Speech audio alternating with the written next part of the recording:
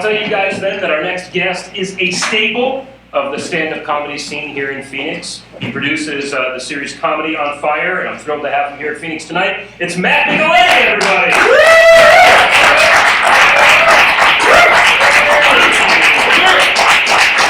Thank you guys so much for having me out tonight. I'm happy to see that we all survived the horrible 2016 experience. We all made it to 2017. Yeah. Just in time to watch the world burn in about a week. That's like an overcooked English muffin. It's going to be fantastic, you guys. Congress is already screwing everything up. Obamacare is probably going to go away. That's sad for a lot of my friends.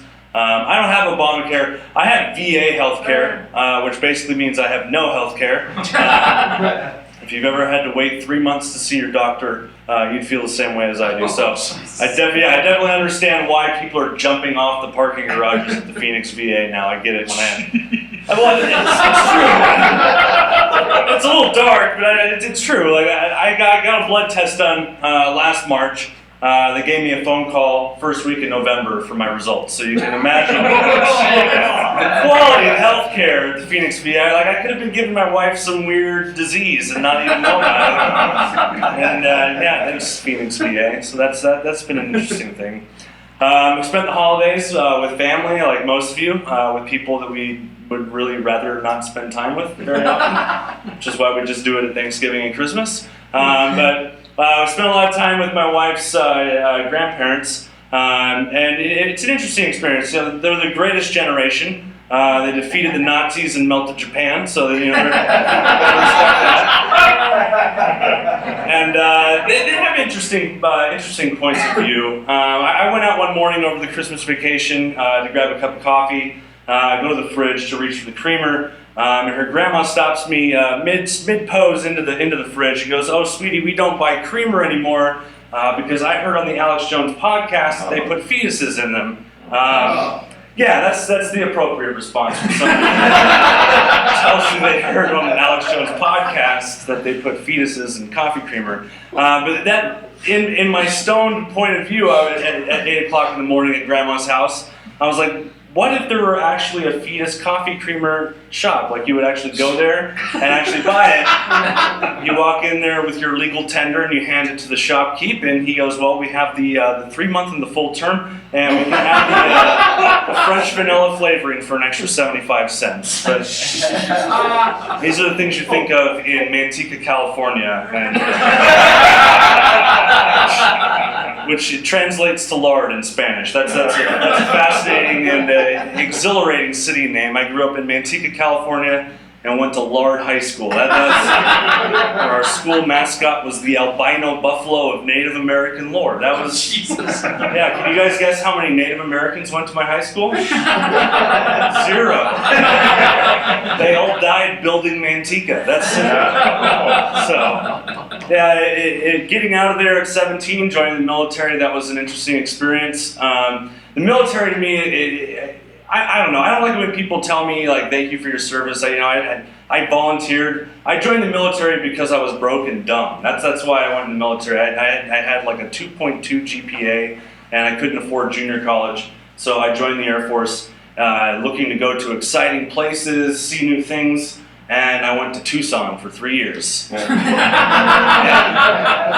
forecast the weather in Tucson for 3 years. That was not fun. I drank a lot of cough syrup because that's the only thing your drug test doesn't pick up when you're in the military. I think I'm beyond the statute of limitations on that one, so we'll hope that one slides. No, it was getting out of there, coming here to Phoenix, and doing comedy. It's been a blast out here. Mainly because I was always a really big introvert as a kid, so I really don't like people, so telling jokes to strangers in typically dark rooms, not like this exam surgery room that we're in tonight. But I was a nerdy kid. I grew up as a nerd. I tried, this is true, I used to try and pick up girls in high school with facts out of the Guinness Book of World Records. Not a wise idea, not at all. And it didn't help that I had the worst first car of all time. I had a 95 Chevy Astrovan for my first car. Oh, that was an awful car. You turn turn on the air conditioning and it would just stop in the freeway. It was done. It was over with. And you know, you couldn't go to a girl and be like, "Hey, after I tell you where the world's largest waffle iron was constructed, you want to get in my '95 Chevy rape van and go for the cruise?" No? All right, well, I'll catch up with you on Facebook in 15 years when your husband won't fuck you anymore. That's what us nerds refer to as the long con. But I'm lucky. I got married last year. I've been married for about 9 months. But I have to say, the wedding was very easy. It was the planning of the wedding that was extremely difficult, mostly for my wife, because as a typical man, I just kind of shook my head yes to everything that she suggested. But we were going through all the beauty magazines for her, looking through all these pages and Cosmo and Elle and everything else. And she comes across this article for a beauty procedure called a vampire facial. I don't know if any of you guys in the audience have heard of that before. It's a high-end, like Beverly Hills technique where they take blood out of your own body and then they inject it back into your face to make you look younger.